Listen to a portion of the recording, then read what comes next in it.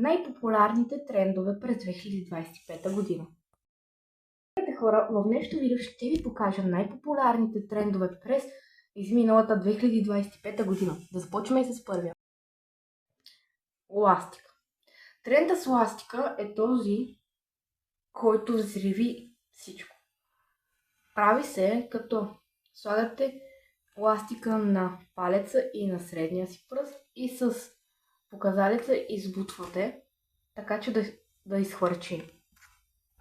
Това е един доста популярен тренд. Лабубу. Лабубу е чудовище в костюм на заек.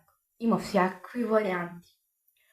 От ключодържатели до съвсем скъпи колекционерски фигурки. 6-7 или по-известно като 6-7. 6-7 е тренд в YouTube и TikTok, който се прави ето така, който описва известен баскетболист, който е 7 инча и 6 фута. Преминаваме към италианския брейнрот.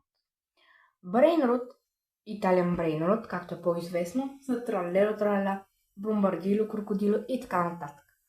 Те са от играта Тралалело Тралала, която е в Roblox.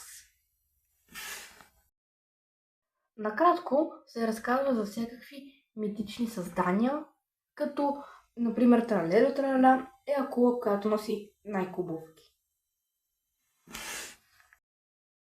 Преминаваме към последния тренд, който е не яш отровния чипс, отровния снакс, а именно как се играе.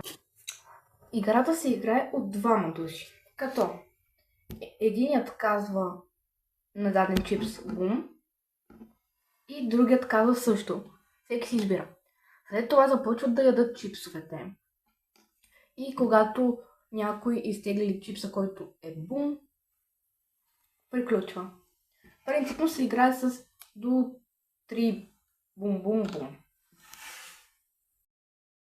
Благодаря ви, че изгледахте видеото, абонирайте се и оставете палец нагоре.